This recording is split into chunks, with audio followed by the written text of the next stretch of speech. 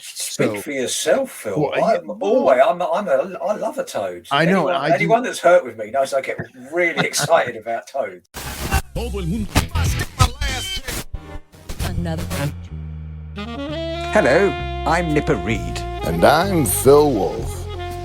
So, settle down, have a nice cup of tea, and enjoy the Venomous Exchange Radio podcast. Crumpets, Nipper. I want the crumpets.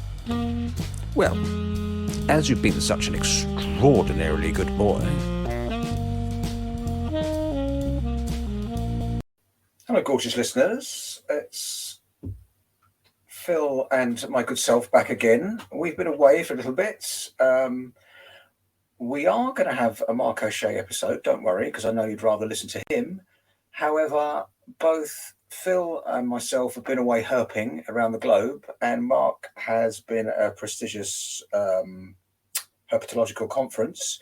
So we haven't managed to all link up at the same time. It is in the offing. We're going to do at least another one, maybe two more episodes with Mark.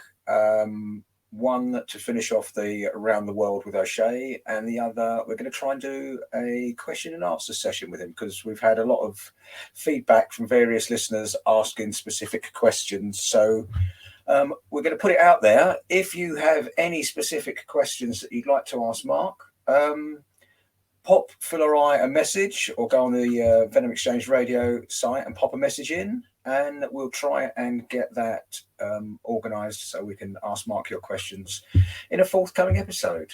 But for now, Phil and I are going to have a lovely catch up, because I've been herping in Europe, and I had the absolute luxury of herping with Phil in his backyard, so to speak, in sunny or quite rainy Florida. And I got to see his collection, which was a treat. So that's what we're going to talk about tonight. sounds good. Yeah. So how's your jet lag? It's okay now. It took me. I had such a smooth journey back. The people on Virgin Airways were really kind to me. They got me on an earlier flight because I had a charming chat with the very attractive girl on desk, and she then said, "Oh, let me see if we can get you home early." And I think it was something ridiculous, like from when I got my flight from West Palm Beach, I think I was home within 13 hours. Wow. Which was about as quick as you could possibly do it. It was really, really cool. That's awesome. Yeah, so, you're supposed to have like a 2-hour layover in Atlanta, right? Yeah.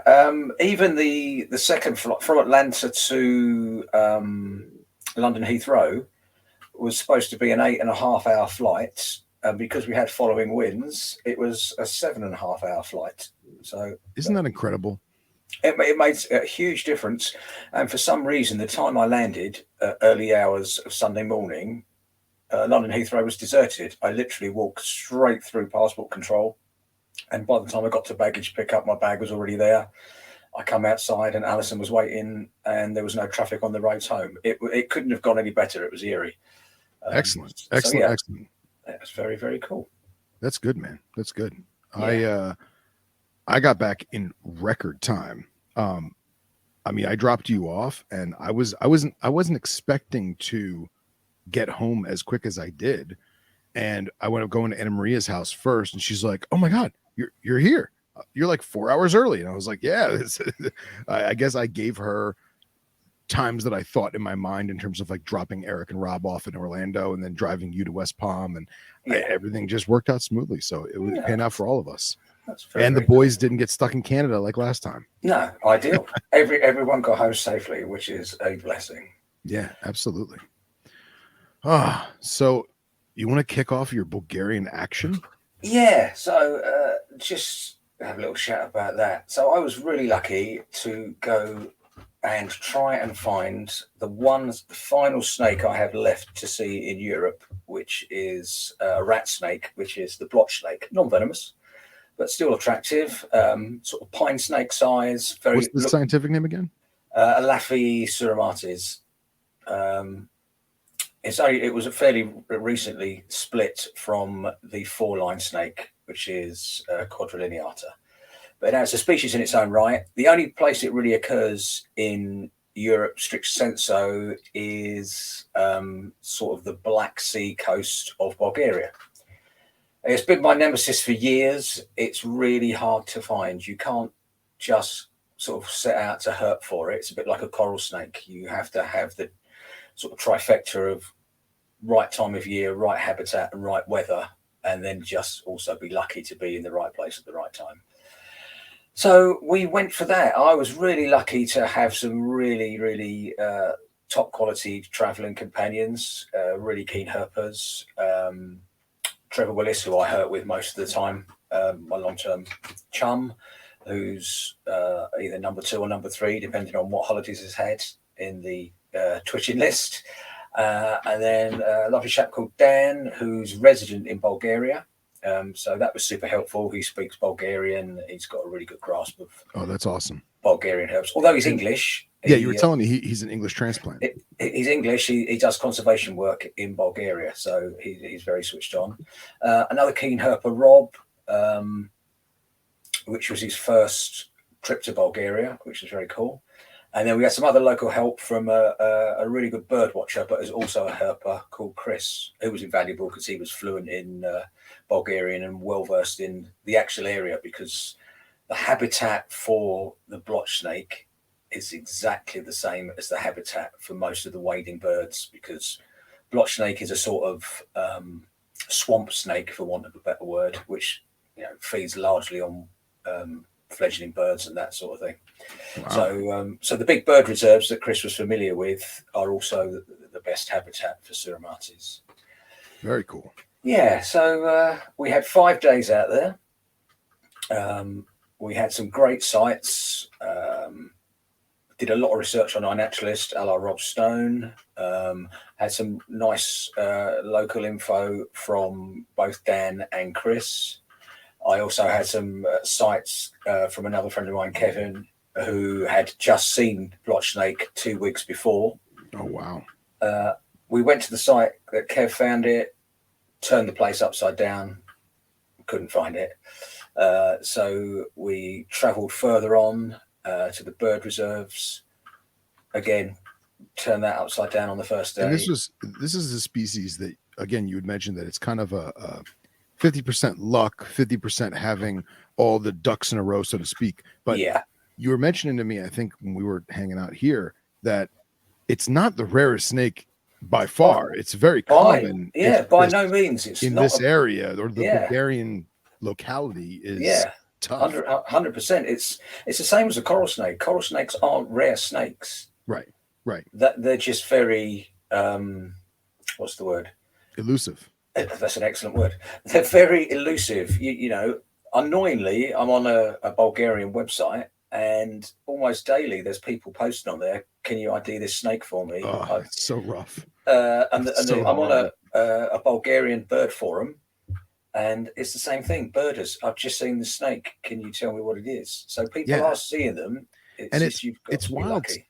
It's wild to me that, like, when you say coral snake, right? For the most part, we're talking about the eastern coral or even the Sonoran coral. But a coral snake is only 1.5 feet, maybe 2 feet max, typically. Yeah. This is a big, almost meter-long snake, at least. Oh, it can get to 4 foot. It can get to 4 feet. And it's, like you said, it's a Eastern European Pituophis, pine snake. Yeah. Very, very similar. But you've got to think the habitat is very, very similar to where we were in Florida, in flooded areas, marshland flooded areas. It's always found close to to water, to damp areas. It's just very, as you say, very elusive. Yeah. Now, is it a keeled snake or no? It is very, very. It fills the role that the pine snakes do in North America. It's its biology, its habitat, and its appearance are almost identical. Annoyingly, we found, I think we found 9 shed skins at various different locations, and yet couldn't find the live snake. That's infuriating, isn't it? Mate, we went to a bird reserve to be told by a birder, yes, I saw one yesterday. You know, it's and this is the story that I've had. That was my fourth trip to this locality to find it. I'm going to start calling you Captain Ahab. Oh, mate, don't! It's doing my head in. It really, it's my last snake. Once I see that snake, I've only got 2 other lizards to see, and then I'm done. Maybe this is a sign or an omen for you to just get those lizards done, so you only have the one snake. Oh, mate, I'm all over that. I'm already. I'm sorted. I'm going last week in May, and unless something disastrous happens, the lizards are much easier because they're in a specific locality on a specific rock face. You can go to that rock face. If it's sunny, you'll sit there. The lizards will be running up and down it. Not a problem. It's the snake is a mobile fossorial thing, and that's the problem. But yeah, that's exactly what I'm going back out to Bulgaria in the first week in May. If I don't see it then, I will do Bulgaria again the first week. Well, depending on when I go to Utah to get the rattlesnakes that I missed there, right? I would just literally keep flying out. Every spare weekend I have, I will just fly out to Bulgaria now until I find it. Wow. It's just annoying. I can fly direct to Burgas from an airport reasonably close to me. Money, I don't really give a shit now. I just want to see it, so I would just be touristing out there until I actually find it. That's fine, man. It is what it is. We did see an awful lot of snakes. I mean, I'm not bemoaning the fact. It's not like we didn't find anything. We were really, really lucky. I think we were at least 50 plus snakes for the time we were out there, and that's 50 plus snakes in the hand. Yeah. We found the rarest snake in Europe, which is the red-collared whip snake. That's amazing to me. Which, we was chatting to Bulgarian herpers who've been herping Bulgaria for years and years and years, live there and can't find it. We found that, caught live. We found some very, very cute Amidites vipers, a couple of different locations. I've seen them loads. They're always, that subspecies is Vipera Amidites montandoni. Always really, really pleased to see them.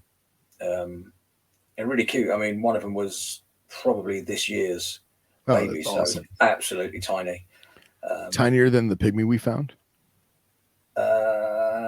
Not quite that tiny, no. Not quite that tiny. Not quite that tiny, but tiny and adorable. Tiny and adorable, still with a little horn on its nose. Nice. I mean, we found some great stuff. One of the places we went to is a huge abandoned hotel, which was built for the ex-president of Bulgaria back in the day, and literally vast hotel, not like the sort of thing you'd get anymore, like a real Eastern Bloc, huge concrete style hotel, which has been left to ruin and now reclaimed by the woods. And we found a load of species in there. Rob found a lovely Aesculapian snake hunting bats in there, which was really cool. The place has got a load of bats in it, absolutely full of bats. That's awesome. I think we got 4 species of bat in there. And in the grounds, there's Balkan green lizards, there's wall lizards, there's agile frogs, there's grass snakes, there's glass lizards. It's a really, really good site. Very cool. No blotch snakes though. Damn. I mean, you sent me some pictures of some of the things, like the Vipera. Yeah. And it looks cool, man. It looks like an awesome place. It's just it is. If I wasn't in such a mission, I've herped there. That sounds really horrible, and you shouldn't be like this. I've herped there now at least 4 times. I've seen every species in Bulgaria, and it's lovely. But I feel under so much pressure when I go there to see this last thing. And there's only so many pictures of Amidites you can take. There's only so many pictures of Balkan green lizards you can take.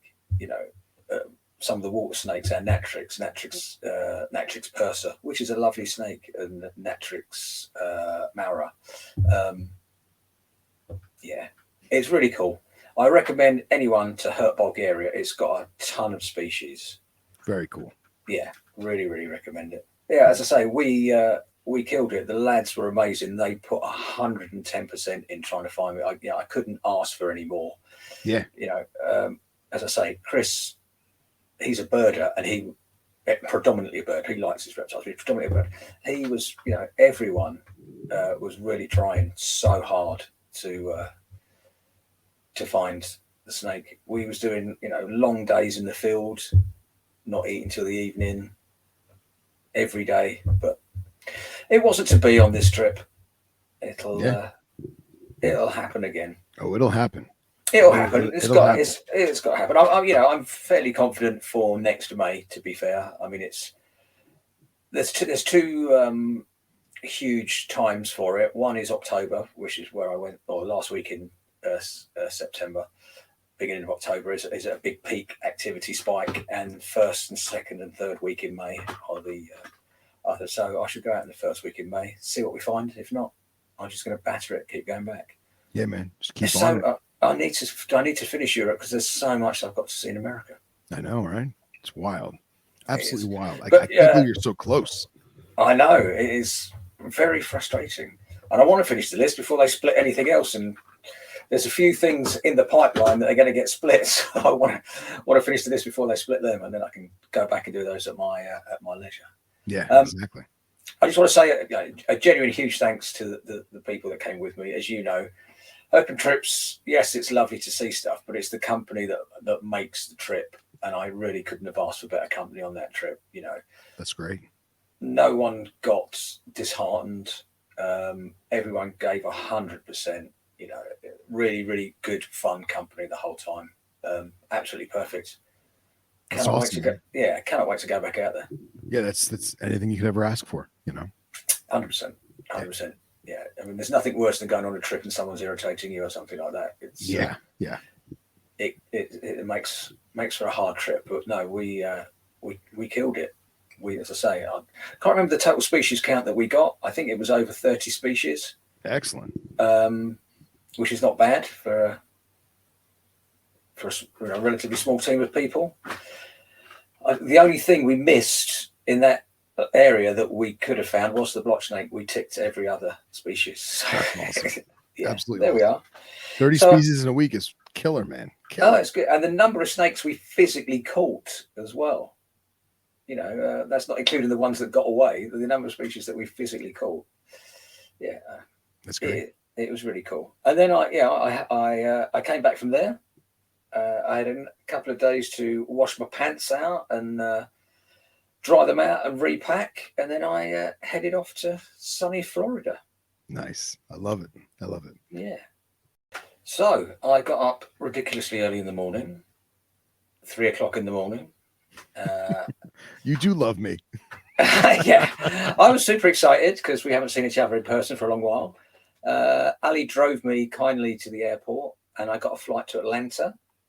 I had a couple of hours stop over at Atlanta, and then the longer flight, which is about 6 hours, I think, into Florida. And then we landed, and I stepped out of the plane, and there you were.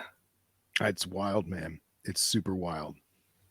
And Anna Maria was in the car with me when we went to pick you up. Obviously, you were there. I don't know why I'm saying it like that, but she's like, "Is he tall?" I was like, "Yes." I mean, we're short, but yes, he's tall. And she's like, "Okay." And what's his hair look like? I said, "Well, he's usually got like a crew cut or shaved head, kind of like me." She's like, "Okay." And then we pull up, and she's like, "Is that him?" I was like, "Yeah, that's him." She goes, "Oh my God, he really is tall." It's like, yeah, but she's 4'11", so it's not really. Yeah. I'm not super tall. I'm about 6 foot. Exactly. Yeah. But it was crazy, man, picking you up, like pulling up to the curb. Still can't believe it's been over a year since we've seen each other. I know, in person. That's and what's wild. weird, I literally stepped out of the wonderful air conditioning, and it's like stepping into a shower. Yeah. It just hits you. It was, I don't know what the humidity was that particular day, but it was just hot and humid. Yep. We say, the expression like, "Oh, it's so thick you could cut it with a knife." Yeah. Well, we always say like, "Yeah, we swim through the air." Yeah, it was. It's just so thick humidity. It was ridiculous. Yeah. So I'd been up by that point for around 20 hours, I think. Oh, geez. So rather than do the sensible thing and go to bed, we decided we'd go herping straight away, which was Yeah. awesome. Yes, yes. And So Nipper got his first experience at Wawa. Wawas are great. I wish we had them in Wawa's the awesome. UK. Yeah, Really, yeah. really cool. Mm-hmm. So we loaded up with some goodies, and then Phil took me to one of his spots. Yeah. And so this is sugarcane agricultural area that has been around since probably the 1940s. And there are several public access roads that go through private property of sugarcane plantation, sugarcane paddocks and fields. And one of these is one of my pygmy rattlesnake spots. So I was like, look, worst case scenario, we get him a big old cane toad so he can see his first ever cane toad. But if we can get a pygmy or a king snake or something, then rock and roll. So you want to take it from there? Yeah, so we're cruising up and down, getting eaten alive by mosquitoes. They are a big thing out there. There's a lot of mosquitoes. Yeah. And I think it was actually Anna Maria found the first alligator. Oh yeah, I forgot about that. Which to you, living in Florida, is like seeing a fly. But for me, it was mad. I'm literally just looking out across, what do you call them, levees? Is that the technical term? Yes. Yeah, yes, looking out across a levee, and there's an alligator. It was amazing. It absolutely made my night. Yeah. And then we cruised some cane toads. Again, Yeah. I mean, I've kept cane toads as pets, but to see them just hopping around, it's just insane. It's and bizarre, right? Bloody quick. Yeah, yeah. I actually tried to get video of Nipper running around in circles trying to catch this one big grapefruit-sized one, and I managed to not record it because I couldn't pull my phone out fast enough. But just seeing him in the headlights of the car running in a circle, kind of like he's doing Hava Nagila, going around this friggin' baseball grapefruit-sized toad, made my night. There's a picture on Instagram if you follow me on Instagram, and if you're not, why not? Of that very toad. Nice. Yeah. Nice. It's cool. And then I'm trying to think what we had next. Do we have a DOR Black Racer? Was that there? Yeah. No, that was I think that was with the boys. I think that was it, man. Oh no, Okay. we went we only found the cane toad that one night. Then the following night is when we went down to Big Cypress. Oh, that's right. That's where we got the right. DOR Racer, I think. Yeah. So yeah, we went back to Phil's place, crashed out. I was totally disorientated by that point. I didn't know whether I was coming or going. Phil had to work the next day for his sins, and I thought, I'll sleep all day. But jet lag is a weird thing. So even though I had no sleep, as soon as it got light, which to me was about the middle of the night for me, or even like late evening, I was awake. I just couldn't sleep. So I went and sat outside by the pool, and it's really, really weird in Florida because there's anoles and iguanas just walking around in what I would call the back garden in what you call a yard. Yeah. It's just crazy. I think there was at least 2, maybe 3 different anole species just wandering around. Endless dragonflies and butterflies, and the birds just to sit in a comfy chair in the sun, just watching the bird life. And you had ibises out there, you had ospreys flying by the house. Yep. And just to paint a picture, so this is so this house has the pool in the backyard, but it also butts up to a lake, and the lake is a horseshoe shape if you looked on the map. So we're on one side of the horseshoe, and it is an access point for both a waterway to different canal systems to regulate so we don't have flooding, but it also is a regulation water point for a natural area that's only like maybe 10 acres that's on the other side of the horseshoe. So you have this natural area in suburbia. So there's countless birds and shorebirds, everything from pelicans and storks to cardinals and blue jays and what have you. So I'm glad that you got to sit out back and really soak in those. It's incredible. I did actually fall asleep out there. You have to. It's so tranquil, you know. It was brilliant. And then Phil was fortunate enough to get off work early. Yeah, that was a blessing for real. Yeah. So we met Anna Maria and we jumped back in the car. And then we went out herping for the second night. Yeah. And Nipper got his first real taste of road cruising. Yeah, I mean, road cruising is really for European people. We don't really road cruise that much, purely because our temperatures are different, and the majority of the species that we want to see are diurnal, not nocturnal, because they don't get the heat that the American species do. So road cruising is weird for me. Yeah, and it's morbidly boring when you're not seeing anything. Yeah, I mean, it's not boring. I mean, it's nice because you're chatting in the car. Yeah, we have the camaraderie, but in terms of like not seeing wildlife, I'd rather have camaraderie with wildlife than camaraderie without. 100%. Yeah.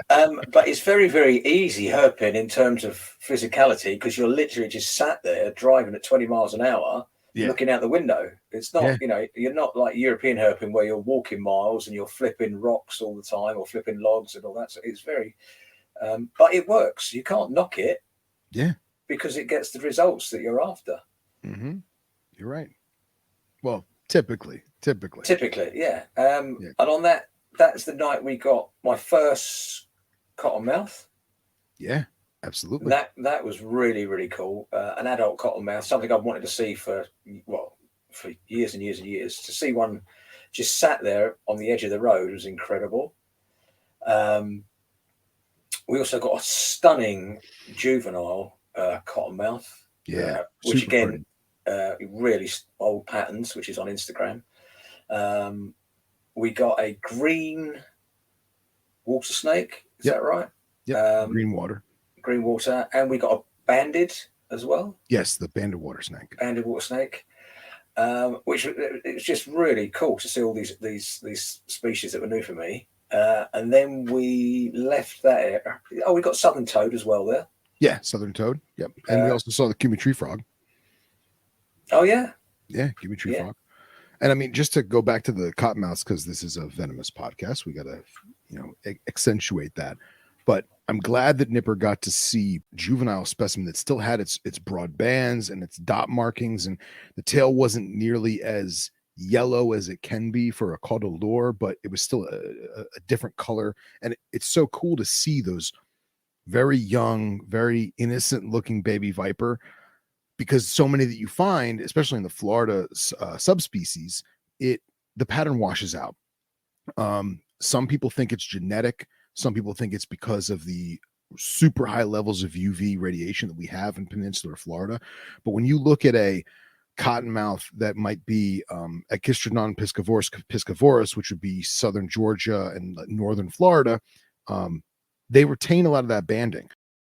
Subspecies, the Florida cottonmouth, which is Echistrodon piscivorus conti, is so dark, almost like a jet black animal, and you'll see a slight remnants of the bands on the pectoral side before it gets to that creamy undertone on the ventrals. But it was great for you to be able to see those two different animals, because it was almost a transition. The first snake that was a little larger was almost a transition to that darker adulthood, which a lot of people don't get to see. They either see just the neon colored baby, and they think it's a copperhead, or they see this big, ugly black adult, and they don't get to see the true potential of what the animal could look like. So I thought that was really cool. Sorry.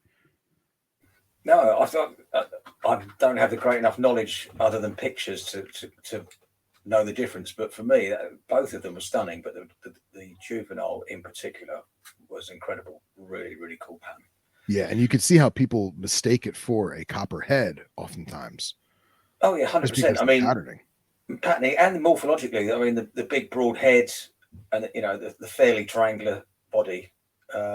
Quite. I don't know if that was particularly well-fed specimen, the adult, but a really, really stocky snake, particularly for a viper. Obviously doing well on the local frogs and so on. Yeah, and I think that does play a big factor, because it is rare to see, at least in our area, it's rare to see a cottonmouth that is anemic looking or anorexic looking, because it is very easy for them to feed on fish and frogs, opposed to something that maybe doesn't, like a corn snake per se, that doesn't necessarily have as much preyable options, if that makes sense. Yeah, 100%. So what else did we find that night? So we went down to that park and we got the Cuban tree frog and the two southern toads. That was which I feel like anyone who listens to our other media that we're on, whether it be NPR or Snakes and Stogies or what have you. Mhm. This trip was special because of the toads. I really Oh, feel like this 100%. trip was, we weren't looking for toads, but we were so happy that we found them. Speak So, for yourself, Phil. well, yeah, I love a toad. I know, Anyone that's hurt with me knows I get really excited about toads. Well, that's and that's the thing is, I feel like the older I get, the more I appreciate them. And having kept a cane toad before, and having kept a few other smaller species that I didn't do so well with because I'm so snake focused, now I really want to focus on some toads. Yeah.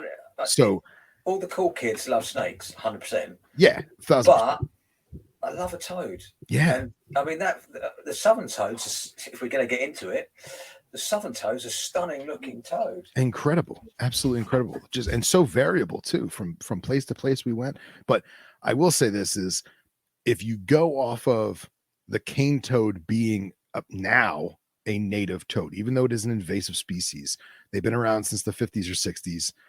They're everywhere. Florida only has 6 toad species, including the cane. So listeners, remember the number 6. Now we have 2 species, but go on. So we left that park area and we went down to the tip of Florida on the west side, which is called Everglades City. Yeah, I have to. Phil, does himself an injustice by saying we went down. Phil drove for hours without any complaint. I mean, again, slightly different from European herping to American herping. The sites are a long way apart from one another. Yeah, it's not like in Europe. You might have an hour between sites, or maybe 2 hours between sites if you're unfortunate. We're looking at 3-4 hours between sites here. So yeah, Phil drove magnificently with no complaints. Just a ton of energy drinks. Just poison in a can. With a ton of energy drink inside him to this other site. We were looking for American crocodile. Yeah, I think the weather skunked us there. It turned. I mean, sure for Florida, but even for the UK, it suddenly turned very, very cold. Yeah. In that 3-4 hour drive, the difference in temperature was really, really noticeable. Very much so. There was, the humidity had gone. It was it was chilly. It was actually chilly. I think I put a fleece on. It was that cold. Yes. Whereas before I had a t-shirt on and I was sweating like a sweating thing. I think it also plays a factor too, is that where we found the cottonmouth and the water snakes, you're in the cypress forest. So even though everything is wet and swampy, those tall cypress trees kind of protect it and keep it kind of insulated. Whereas when we went down to the tip of Florida, now you have mangrove estuaries and everything just has a breeze. Just you can see the water's moving from the breeze. There's really no shielding from that offshore airway. But go on, sorry. Yeah, no, 100%. So we dipped on the American crocodile. Unfortunately, it is what it is. But we thought, even given the weather, we wouldn't give up. And we'd driven a long way. So we was having a route round in the habitat, which for me was incredible because it's mangrove swamp, which the only time I've ever herped mangroves before was Borneo, Malaysia. So to be in America herping in mangrove swamps was really, really weird. And I flushed a snake, which we went after, which turned out to be a new tick for Phil. Oh, yeah. Which is lovely to be with a Floridian herper and find something that he hasn't seen before, which is really cool. Which was a salt marsh snake, I believe. Is that correct? Banded salt marsh snake? Yeah, so it's the mangrove banded salt marsh snake, which is Nerodia clarkii compressicauda. Yeah, really stunning looking snake. I wouldn't grab it because it did look sort of cottonmouthy in the dark until Phil come up with his head torch and his hook. We couldn't really see what it was, but as soon as Phil had it on the hook, we could see exactly what it was, which was great. So new tick for Phil. So the drive was worth it. Absolutely. Because Phil is trying to smash the Florida list. Oh, yeah. It's out there now, so he has no choice. I know, right? I was like, don't bring it up. Yeah, I don't know. I'm sure there are people that have done it. and I'm sure people are going to listen to this and say, I can do that. And I don't care about being the first or the last, but before I die, I will see every single reptile and amphibian in Florida. That's awesome. And you've got a big job, because I know. we looked at just the list of salamanders, and it's like a telephone directory. Yeah, exactly. And that's before you've added on the tree frogs and stuff like that. Yeah. Oh, There is a lot to do. Yeah, there is. Yeah. But it's going to be great. It's going to be worth it. So yeah, that was a good night. We started the 4-hour drive back, and I promised Phil I wouldn't fall asleep and keep him company, and I think I lasted about 20 minutes before. That's all right. I'm claiming jet lag. Yeah. But yeah. So then we got home, and then we had to get up early the next day to go and meet the others. So Phil and I had very limited sleep. I had a lot more because I slept in the car, but Phil survived somehow on about 4 hours sleep. And then we was up and on our way to meet Eric and Rob at the airport. Yeah. Which was another 3-hour drive, or 3.5-hour drive, with deviations because of road closures and stuff. Oh, I forgot. Why would you remind me? Oh, yeah. Horrible. I mean, Nightmare. it was cool because so many people come to Florida and they fly into the coastal cities, West Palm, Miami, Fort Lauderdale, Tampa, Orlando even. And they only see the urban built up with the palm trees in the hotel. They don't get to see real Florida.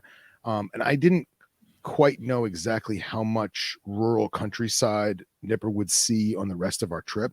But that detour on the Florida Turnpike, it took us through some backwoods cattle country. Yes, it did. Yeah. Yes, it did. Got a really nice little armchair tick out the car window, which was cool. Which was my first Floridian turtle. That was nice. Yeah. And then we picked up the others, and then we thought, well, we've only done 4 hours driving so far. So we drove another 3.5 hours, was it, or something like that? No, because the first little bit of jungle where we found that baby. Oh, of course, I forgot. Yeah, that was only like maybe 30-minute drive. Yeah, so that we went to a quick circular trail through some woodland. Right. Amazing habitat, like something off of Lost World. Just big ferns and really dark trail through. What were they? Cedar trees in there? No, it's mostly oak and some cypress. Cypress. Okay. And going through lots of small unidentified animal species, literally all over the place. And then I flipped a log and saw my first wild pygmy, and it was an absolute cracker of a pygmy as well. Yeah. I haven't posted pictures of it yet. I will stick some on Instagram. But I'm very eager to see your photo because I haven't edited mine yet. But I know Rob's photos and just the cell phone pics that I just took real quick with my finger, it doesn't do that snake justice in terms of the purple color and the orange on its back. Yeah. So I'm very eager to see your edited, corrected photo, Yeah. We got absolutely savaged by mosquitoes there. Wrecked. Phil had kindly sorted us all out with Thermacell anti-mosquito things to clip to our rucksacks, and being intelligent herpers, we all left them in the car. Yep. Except for Phil. So it was not enough for 4 dudes. No, we got absolutely savaged. So we very quickly took pictures of the pygmy, and then we hightailed it back to the car. And then we had our 3 or 4 hour drive to... Yes. Can't remember the place we went to. So this, without giving spots away, I want to say Lake City. Hold on, let me look. Let me look at the map real quick. Basically on the outside of Osceola National Forest. Just to give people an idea. So now we're on the central north portion. Yeah, Lake City, I would say is a good area to say it. Which is going to be around the Gainesville area too. But basically herping in between the Florida-Georgia border and Gainesville area. Yeah. So we stopped en route to look for eastern diamondback. Unfortunately, we literally saw a beautiful, stunning adult eastern diamondback that was hit probably by the car in front of us because it was still alive at that point. Yeah. Which was incredible to see, but also very, very sad to see such a stunning animal smashed up like that, which was a bit gutting. And then we carried on to our accommodation. The heavens opened, as Phil tells me it happens all the time in Florida. For me, it was lovely because it was really heavy rain, but it was warm rain. And we don't get warm rain in the UK. We get very cold rain. But Florida rain is warm rain. It's very pleasant. So while the others were sorting themselves out, having beers and stuff like that, Phil and I decided we would go and herp around the property, which had quite a large acreage out the back. I think to memory, on the first night, we found 4 species of frog, which was really cool. Again, I'll post some pictures on Instagram as we go along. But yeah, we had some tree frog species and pig frog and stuff like that, and more toads. Yeah. And it just goes to show you, Rob Stone, we give him all the praise in the world for his amazing planning in terms of the Airbnb and the routes and what places we're going to go and how we're going to do it. But it just goes to show you, if you can get an Airbnb with a pond in the backyard, like, who's better than you? Exactly. Yeah. I mean, and so that was the thing is, so while Eric and Rob were kind of getting their kit together and because Eric has a lot of really cool electronics he brings, he likes to make sure everything's sorted out from air travel and stuff. And Nipper and I were like, man, let's just go walk that pond. And what we found, squirrel tree frog, pine woods tree frog, and little grass frog, pig frog, and then your toad, sir. The third toad. Yes. Which I'm looking at it and I'm thinking that doesn't look like anything we've seen. It looks similar, but it doesn't look exactly the same as the southern toad. I'm thinking there's nothing else in range here that it could be. And I did some sort of key checking on that, and this toad had the banded forearms, little crests above the parotid glands. What the hell is that? And it was Fowler's toad. Yes. And I thought that's really weird because I didn't think we was in range of Fowler's toad. Neither did I. I did not think we were in range. I've Googled it for the range of Fowler's toad, and there was just a little tiny island of Fowler's toad distribution almost above where we were staying. It was really weird. Yeah. So, we were kind of to the northeast of the normal range. Sorry, to the southeast of the normal range, except for one little island of it, where we were slap bang in the middle of that island where we were staying. So that was really cool to get toad number 3. Yeah, you had one of those moments where so Nipper and I are standing next to each other.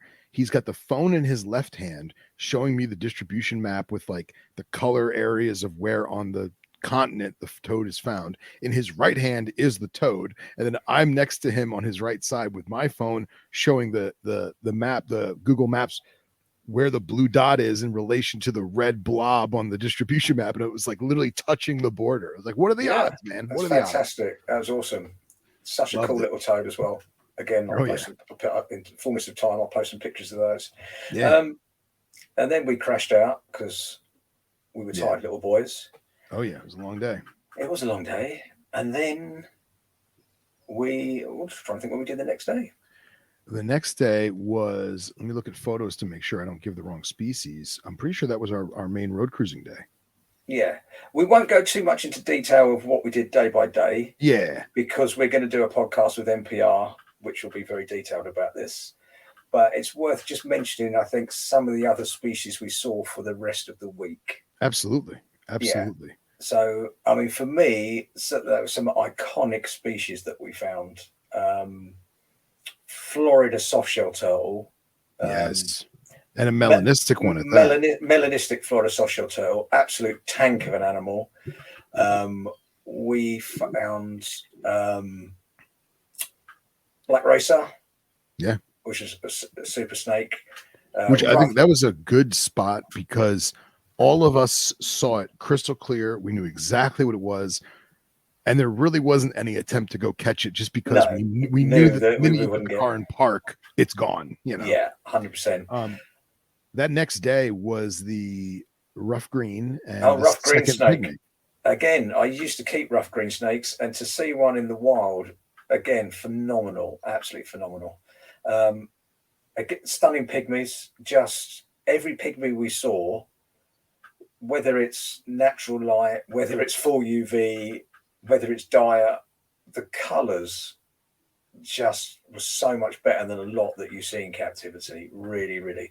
I wonder whether if you kept those ones in captivity, they would lose the brightness of their colours. I don't know. They would. Just superb. So we had, great few days in that area herping. Some really, again, a lot of the people that because we met, we was out there with a charming chap as well, KJ. Big shout out to him. Super helpful chap. Really, it's his local patch. He was so helpful to us. Really, really charming lad. Really, really cool. But they're all very snake centric. Yes. And there's Phil and I, like naughty little schoolboys, going hee and going off and looking for amphibians and stuff like that. And we were racking up the amphibians. We were, man. We were. That same day was, let me try and find this. Scrolling through all these pictures of pines. But that same day was more pine woods tree frogs and then Cope's gray tree frog. Yeah. Which that was an awesome animal by itself. That was stunning. Literally holding on to a single blade of grass, probably 300 yards from a water source. Yeah. And it was hot as well. Super hot. Do you want to bring up the pine? Yeah, just as I say, we won't go into too much detail because there's going to be another podcast on this. But yeah, we were really fortunate to find a Florida pine, which is like a unicorn. Yes. In the wild, to see it in bright sunshine in its natural habitat and a big adult, I don't know, 3.5, 4 feet specimen, just incredible.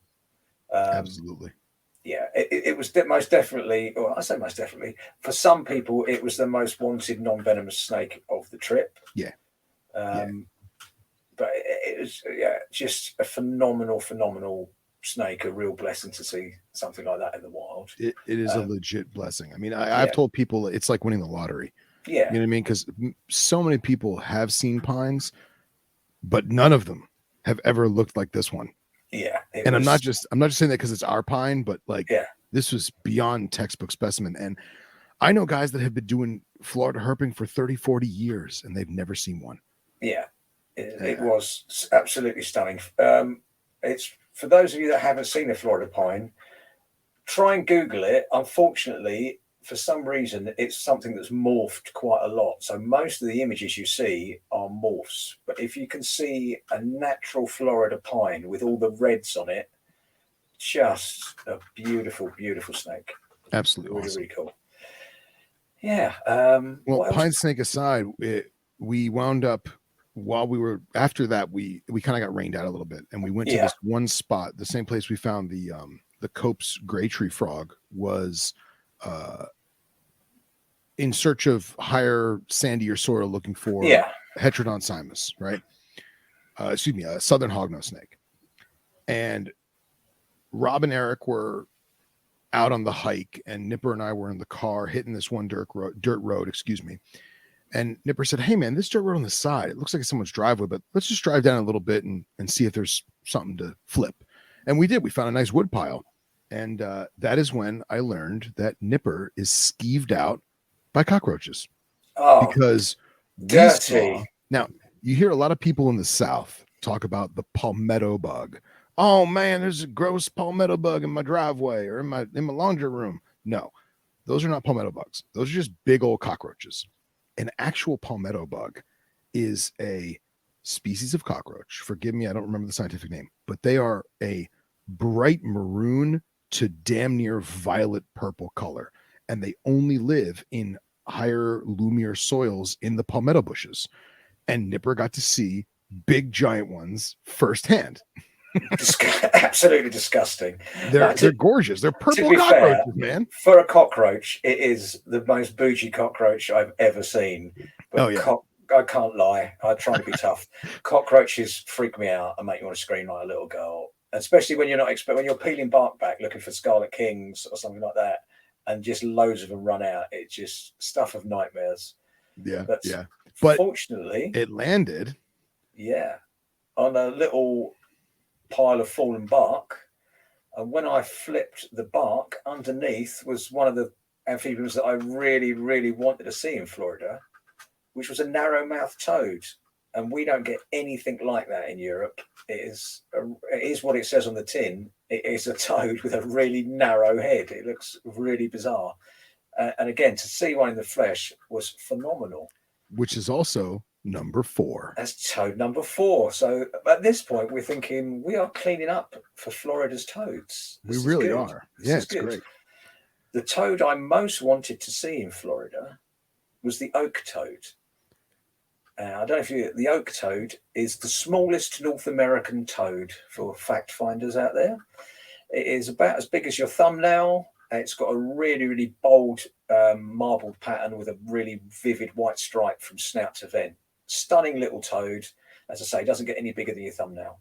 Fantastic. We could not find them anywhere. We could not find them anywhere. We flipped hard for oak toads. And they are, correct me if I'm wrong, they're the most common toad in Florida, right? They have the biggest distribution. Okay. But only in suitable habitat. Okay. Well, this habitat was primo. Yeah. So primo that our good friend Rob Stone saw a eastern coral snake. Yes. And then after he saw it, he did not see it because it got away. Yeah. We give him shit for it, but we understand how difficult it is to snatch a venomous fossorial elapid when you're still in shock of, oh my God, that's a coral snake. Yeah. But we knew we were in the right spot. So yeah, and the spot was really, really good. We had black racer there again. Phil and I found other tree frogs there. There was a fabulous pond with I think they were probably pig frogs in there as well. Loads of dragonflies. Yeah, and the spring peeper. Absolute spring peeper. Yeah, just absolutely fabulous habitat. But the temperatures got so high, we thought, it's no point herping anymore. So we'll go back to the car, go and get some lunch, and then wait till the temperatures drop in the late afternoon, and then come back out. And just as we was going back to the car, KJ comes up with a sock, and in the sock is an oak toad. Literally the sock off his foot. Literally the sock off his foot. He put an oak toad in there for us, and it was just an incredible thing. Awesome thing. Yeah. Again, have a look on Instagram. Just a beautiful little tiny toad. Definitely my favorite amphibian of the trip. It was just pretty awesome, man. Pretty awesome. Yeah. And I think the marbling is, I don't even want to call it marbling, because marbling almost insinuates a random cryptic pattern. This was very much strategic, almost symmetrical on either side of the vertebral stripe, right? So you have that nice white vertebral stripe going on. Yeah. And it reminded me of soldier tiger camouflage from like the Vietnam era. It was very stripy. And when you look at the back of the toad, it has the same coloration and patterning as the pygmy rattlesnake. Yeah, 100%. To the point where if you saw this exact toad in leaf litter, you might almost think it's a pygmy rattlesnake's head. Yeah, very much so. Super cool. And really sexually dimorphic as well, because the males have completely white bellies, whereas the females have black spots all over their bellies. Man, I don't even, hold on, let me see if I have a picture of the belly, because I don't even remember checking. It was a male. It was a male? It was a male. Yeah. Okay, yeah, I could see it in this photo. Yeah. So, super cute. Yeah, just a brilliant thing. And that brings us to 5. That brings us up to 5. And we, at this point, are thinking we could actually finish all of Florida's toads in one trip. We could. And that put a lot of pressure on us, because all of a sudden, whereas toads were kind of bycatch for snakes, then suddenly they become a key species that we wanted to see. Yeah, and I almost feel like, as much as the other boys were, they like seeing everything, you know what I mean? I feel like it almost got to the point where, like, well, we're not gonna find anything. We're not gonna find a diamondback, so we might as well help Nipper and Phil find these freaking toads. Yeah. So- You have to remember, throughout all of this, we are seeing a ton of alligators. Yeah. Yeah, we went out for a long night walk in the rain, and which we kind of, Phil and I abandoned halfway through because Phil's legs were killing him from his bites and rashes from. Phil had the absolute worst herping trousers you have ever seen in your life. And that's the thing is, in terms of like thorn bushes and sand spurs and hitchhikers, whatever you want to call them, so small thorny plants that stick to you or they get stuck in your dog's fur. These pants repelled them like a force field until we got rained on. And now I feel like my pants are literally just filled with water. In my life, I've never gotten chafe on the outside of my calf. And it was amazing to me. So yeah, so Phil and I decided to go back to the car and regroup, which sadly ruined the evening for some other people that we found in the middle of the night, because they were having special relations in the car car park. And as we walked out with head torches on to see their steamy windows, they took umbrage to it and drove off at a fair rate of knots. Very much so. But yeah. But the others, they found blue garter. Yep, Florida blue garter. Mud snake. Yes. And swamp snake, not mud snake. Swamp snake. And banded water snake.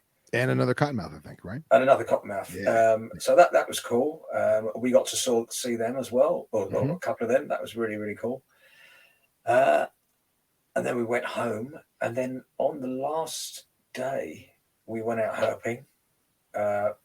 Found some gopher tortoises. We missed gopher tortoises. We was lucky enough to see gopher tortoises, which were really stunning.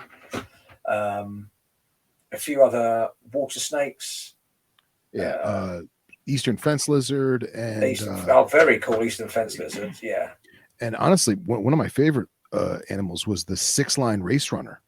Oh yeah, with the blue. Is that the one with the blue tail? That's the one with the blue tail. Yeah, very small lacerted type lizard with a neon blue tail. Yeah, very, very cool. Yeah. So we thought there was on our last evening there was a big sort of pond area, and we thought we'd check that out just to see quite late at night. We had an incident prior to that, which kind of freaks everyone out a little bit. Good job, Phil and KJ are local and know the score, because it would appear that some charming meth-enhanced people were going to try and rob us. But fortunately, Phil was extremely switched on, got round them and fishtailed the car away at a rate of knots. But it's quite unsettling because you are literally in the middle of nowhere with these meth head, degenerate, no teeth, face tattooed people. So yeah, if you are going herping in Florida, do bear it in mind. It's not the safest place to herp. And I mean, that being said, there is plenty of places to herp in suburbia or outside of some of the major cities that are very scenic and have nature trails and have, accommodations for tourists and birders and naturalists to enjoy. We were definitely off the beaten path. We were on dirt roads that are basically locals only. And if we didn't have KJ, I would have 1,000% got lost. Yeah, 100%. I mean, KJ knows those roads like the back of his hand. It's his patch, and he knows it very, very well. Exactly. But I wouldn't say it is risk-free herping. Yeah, agreed. We'll leave it there. We'll leave it there for now. Yeah, exactly. But yeah, we were fortunate to have Phil, who was very tactically aware. I'll leave it at that. Fair enough. Yeah. So we left that area. And then we went to another area which had a big open water source. Well, that's what I was going to chime in real quick is that at this point, Nipper and I are like, we have one more toad species to find. Where are we going to find this thing? So we're both on iNaturalist. We're looking at some of the topographical maps that I have on my phone in terms of like property lines and wilderness areas. And KJ says, well, hey, there's this one lake. And he says, I know people have seen it on this side of the lake, it's got to be on our side too, right? It's a lake, right? Now we're talking about a massive, massive lake. That's probably, what would you say, maybe 100-acre lake? Oh, it's huge. Yeah. Easily. Yeah. Huge. Yeah. So he's like, yeah, there's definitely reports of this toad on the west side. We're on the east side. Let's just try it, And We did. So we went down there. We were really fortunate, or unfortunate, depending on your point of view. As we got out of the vehicle, it started to rain. yeah, Which for the amphibian lovers was awesome. Not so much for the snake lovers, but and I feel like it was just enough rain to turn things on, but not enough rain for us to get wet and miserable. Yeah, 100%. And as I say, it's warm rain over there, and we were looking for the spadefoots toads in that area. And having seen all the European spadefoots, you couldn't have got better habitat and better weather conditions. For sure. Because it was sandy scrub with light rain. It was like spadefoot mecca. So, it was. And Phil found one within about 5 minutes of being there, literally just walking along, and there it was. And it was a really nice, large adult as well. Yeah. Absolutely phenomenal. So all of Florida's toads done in one trip. Fantastic. Loved it. It was Loved awesome. it. Yeah. Really, Absolutely really awesome. cool. And that was such a textbook spadefoot too. I mean, it probably could have been prettier. It was kind of a drab looking one. I know they come in every color of the rainbow, but those cartoon alien bug eyes that are on top of the head, the cartoon frog eyes, it's adorable, man. I love that. It was wicked. So that was a really, really cool end to the trip. Yeah. Which is absolutely perfect. Good finale. Yeah, and then unfortunately the next day I had to go home, reverse the journey and fly back to the UK. Yeah. But a huge thank you to Rob, as ever. I know we joke about it, but his trip organization is phenomenal. Yeah. He makes sure that everybody sees the targets that they want, or has an opportunity to see the targets they want. He has backup areas in case we're skunked by weather or lack of access. Just phenomenal. Huge thank you for KJ. It was his local patch. He was really, really kind. His knowledge of, as you say, of the areas, the back roads and all of that, so helpful. Really, really cool. And knowledge. I was going to say, and knowledge of places to eat, which is important. Yeah, for sure. That was quintessential. And I was going to say is, I try to know as much as I can about Florida herping, but I'm so happy that we had KJ there because he really was the boots on the ground. And 100%. Every time I thought in my mind, this is not right. This is too cold. This is too wet. This is too high elevation, whatever you want to call it. I'm thinking, don't think like that. This is not what you're used to. And KJ was like, dude, this is it. This is the spot. And then bam, he was right. And that's you can't beat local knowledge. You cannot beat local knowledge. So happy he was there. Yeah, huge thank you to Eric, who is such a geek, and I say that with love. In terms of he's for every species that we saw, and I mean every species, he's taking UV readings, he's taking temp readings. He literally, he's practically down like some wine buff, tasting the soil. Yes, swishing the soil. he honestly is feeling the soil to see what it's made out of, so that he can, reproduce, similar things. Notes everything. It comes with an armada of electronic stuff, and also a fabulous list of conversations that we need to address in the car. And when you're on a long, because road cruising, you're in the car for hours and hours and hours. So he really did stimulate some really good debates and stuff like that. So they are all, and yourself, Phil, how you drove so much. I mean, I know you were chemically assisted most of the time. Yeah, a little bit. Jesus. So just for you and me, because you and I shared literally start to finish. Because let's be real, my Anna Maria lives 10 minutes away from the airport I picked you up at. So you and I collectively, drove over 2,000 miles from Sunday to Sunday. Jesus. And then collectively, our group hiked over 32 miles on foot in that week. That's awesome. In that weather. In that heat and humidity. And those mosquitoes. Oh, man. But it was awesome. And when you consider how much road cruising we did, to get 32 miles on foot in is not bad. Not too shabby, man. Not too shabby. I've got to say, the food wasn't bad. Yeah, I was actually surprised. I thought it was going to be more fast food and kind of but there was a lot of mom and pop shops. It was good. I had my first Cracker Barrel. Oh well, that was trash. I'm sorry. That was a mistake. All right. That was all right. Oh, that was a mistake. But no, some of the food was really good, and some very interesting locals. I mean, who knew teeth were an option? Yeah, who knew that shoes and shorts were necessary in any of the gas stations we went to? Exactly, and facial tattoos, that is the way forward. Method facial tattoos. I love it. That's what we do. That's really cool. So the only other thing to talk about, which I want to just quickly mention, is I actually got to see Phil's collection in person. He did. Which is quite a big thing because it's a very, very personal thing.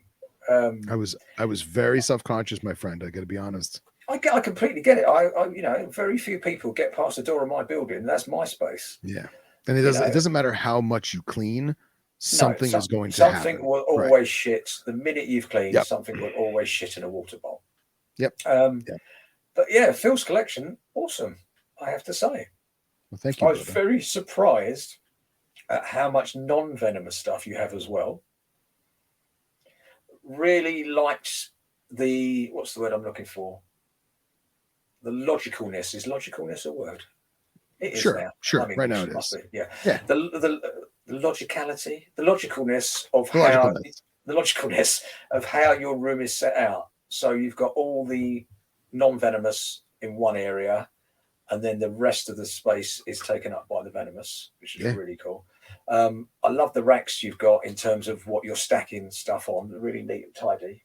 And we'll start off with the non-venomous stuff. You've got some cracking bits, mate. Well, thank you. You've got some shit, don't get me wrong. There it is. There it is. There it is. There it is. And you know what I'm going to say? I got one fucking albino, and this guy's got a fucking albino. What it a was pile a of gift. shit. It was a gift from a dear friend. It's a stunning. It's an albino River Road Subak.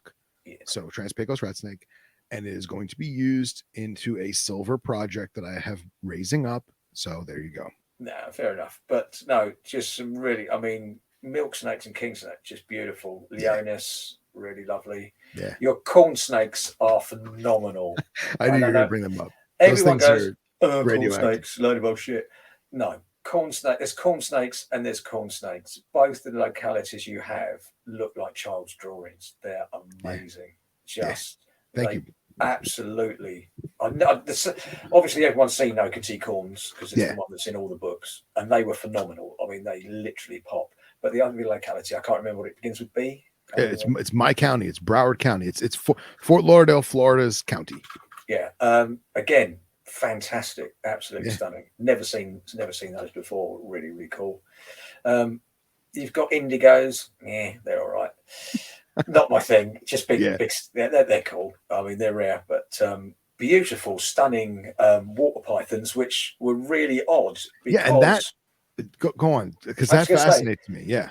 So Phil said, "Oh, have a look at my water pythons. What do you think?" I think they're too small, and he opened up the cages, and I was like, "They don't look anything like my water pythons, and they're as big as my water pythons, and my water pythons are probably 2 years older. So I've got fog dam water pythons, and they're a real khaki colour with bright yellow underbellies, but really rounded snouts. Whereas Phil's are really dark green, again with nicely coloured underbellies, but the heads are so angular and big. It's like a different snake. It's really weird. Mine are supposed to be purebred Queensland, and the heads are very liasis. If that's even the thing. 100%. I mean, like, I feel like yours are more Morelia, more carpety in terms of head. Yeah. But mine is more white lip in head, if that makes sense. 100%. To me, mine look like small olive pythons. Yeah. Yeah. Whereas yours, exactly that. Yours look like white lips. It's really weird. I mean, I think there's probably work going on about it as we speak, but I don't think it's the same species. It's absolutely so different. Really cool to see, though. And it was nice to have you look at mine, because I was so concerned that I'm not feeding them enough, that they're too small for their age. And here you are telling me that yours are 2 years older and they're the same size. So it could very well be the whole fact that yours are Fogdam and mine are Queensland. Who knows? Or it could just be that temperature conditions. I don't know. But yeah, it's weird. It's great to see.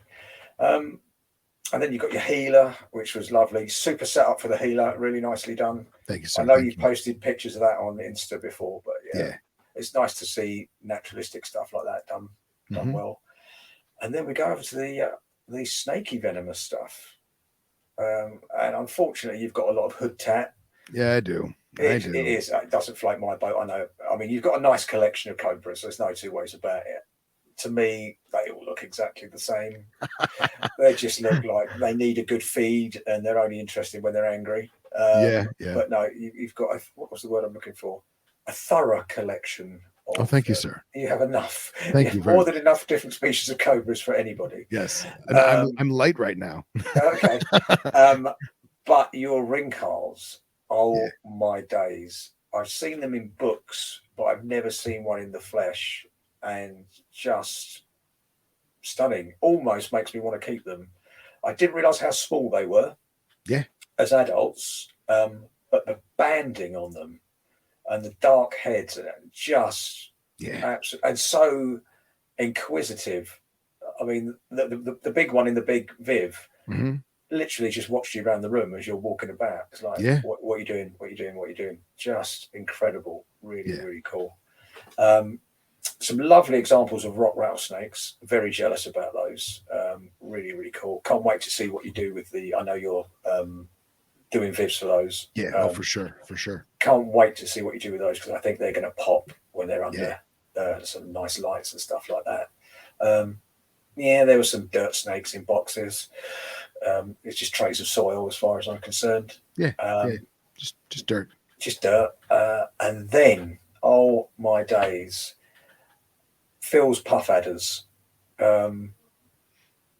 Photos again. I did take photos, but photos do not do them justice.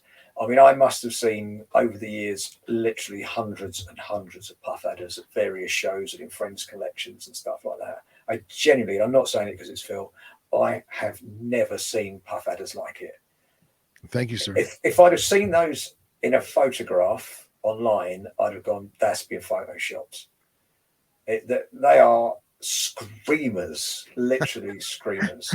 Yeah. You should just be taking pictures of them, just posting those all over the net, mate. They are, when I know they're in temporary housing at the moment, when you display those, you've got to start putting pictures on the internet. Oh, for sure. For sure. Are phenomenal. Absolutely phenomenal. Thank you, brother. Just again, I've never wanted to keep puff adders because I all find them quite drab, but those I was just mesmerized by, though. Yeah, I feel like they're begging to be set up in a grassland Viv. Oh, 100%. If I had those snakes, they would be like the centerpiece. They need to be seen under full spectrum lighting all day. It's just amazing. That's really, the next goal. Cool. That's the next mission. Yeah, as I say, I've never seen never seen a puff adder like it. You know, I've seen some attractive puff adders, but they were just another level. Get some pictures out there, man. I know. Thank you. I appreciate it sincerely. On the copperheads you had. Transpecos. They were little stunners as well. Little landmines. Really, really cool. I do think it's funny because I keep, two at a time in the racks. And it's always funny when you open it, they're all like, huh? They all have that like curiosity to them. I love it. Yeah. So no, really nice collection, really sensibly laid out, really nicely. Thank you, sir. Thank you very much. It's good to see. And the way you combat the humidity locally and maintain the temperature is really, really cool. And I know you've got a lot of what did you call them? Gobies, maybe? Govie, yes. Gobies. Yeah, I know you've got all that so you can see, but considering what the humidity is like outside compared to the low humidity in that room for your desert species, because obviously you've got the Cerastes. Yeah. Beautiful set. Oh, your Cerastes, really, I love that setup. I don't know who Thank made you. that. Who Thank makes that? My friend Sean did. Oh, right. Yeah. That's Well, not the tubs are Cambro tubs for their food quality for restaurants. So right. they're so thick and dense and they're crystal clear. But the rack itself, my friend Sean made. So. Oh, okay. That's beautiful. Pseudo Cerastes field eye. Stunning. Absolutely. Something else that needs a big display, Viv. Yeah. They are just really nice. I've you very rarely out of the wild. You very rarely see them in captivity when they don't look like a bit of Toblerone that's about to die. But yours, chunky as, just really, really nice. Yeah, thank you, superb. Man. Again, you've got so much stuff that should just be much display stuff. Yeah, just get rid of all that hood tat. Well, the only if you take wrinkles out of it, there's 1, 2, 3. There's only 3 other cobras left, and all 3 of those cobras I've had for at least 15 years. Yeah, one of them's like 18 years old. One of them's like 14 or 15. So they're pets. Yeah, like I just can't get rid of them. And just release them into the Everglades. Stop listening, Fish and Wildlife. Stop listening. But yeah, but when that day finally does come, I will not be replacing them because I feel like my days of hood tats are dwindling, with the exception of the wrinkles. Oh, the wrinkles are stunning. But yeah, and the goal is to make more wrinkles, so I'm going to need all the hood tat space I can get. Yeah, grand. But yeah, it was an absolute pleasure to see everything. Well, thank you. Honored. I really appreciate it. I'm dead serious. I was super self-conscious. I was like, man, Nipper's coming over. The place looks like a mess. I got a vacuum. Like, I completely get it. It's, as you say, you can spend, and I do, if I do on the rare occasion I have people come over the building, I'll spend all the previous day cleaning. Everything looks immaculate. And then you go in there and it looks like a tsunami's gone off in there. Yeah. Or you use a scented candle for a week straight. It smells like beautiful tropical fragrance. And then the morning that your friends are coming over, one snake shits in a water bowl and the whole room smells like a toilet. Yeah, 100%. It is what it is. So. But, it's grand. I'm very honored to be able to see it. It was cool. Thank you very much, sir. It means a lot. It's good. So that was it. Good stuff, man. Good stuff. Yeah. We need to try and make this happen more than once a year, Well, I know you're tough for leave where you are. Yeah. I get a ton of leave. I'm very fortunate. So I'm already doing trip plans for next year. That's good. There was talk of a potential January trip back to Florida. Oh, really? Yes. Interesting. KJ and Rob were having a little discussion, so that might be a weekend trip. Okay. I'd probably extend it for myself because I don't want to do a 13-hour flight one way and an 8.5-hour flight the other way for a weekend. But so that's a potential. All right. Obviously, May, depending on how that goes, to Bulgaria, then Zamos and Naxos. Hopefully not, but I have potential to do a lot more Bulgaria trips. And then the Utah trip in June to get concolor, hoppy, abyssus, and all those good rattlesnakes. Oh, yeah. And then something towards the end of the year. Who knows? Who knows? Quite like to do Pennsylvania for timbers. Yeah, that'll be good if you can do that. Most definitely. Yeah. So, but we will sort some stuff out. Yeah, for sure. For sure. Oh, well, ladies and gentlemen, this has been episode 19. I still think that's crazy. Isn't that crazy? I know, considering we only do one a month. I know. It's wild. And look forward for more captivating stuff from Mark O'Shea. And definitely listen to NPR. And you'll hear more about our recent excursions. Absolutely, 100%. Is there anything else you want to touch base on, brother? No, the usual request, please, if you're not, follow me on Instagram. If you are listening to us on Spotify or any other platform, please leave us a nice review. It really, really helps more than you think. Absolutely. tell your friends to listen, download, follow Venom Exchange Radio on Instagram as well. That would be grand. If you have any decent field herping photographs of Venomous, it's always worth pinging us, or any video, it's always worth pinging us so that we can use it in some of our online material. If you don't mind us using Absolutely. it, that'd be very, very cool. And even if you just want us to repost it, just tag us, and 1,000% we'll repost and share the love. Yeah, 100%. And if you have any questions you'd like to ask Mark O'Shea, either ping Phil or me direct, or put it on the Venom Exchange radio page, and we'll put your questions to him. Yeah. We're doing some merchandise if you're interested in t-shirts, hats, anything like that. Some Venom Exchange Radio stuff. And that's about it. Thanks for listening, folks. We know you could be listening to anything. We really, really appreciate it. And we will catch you soon. Bye.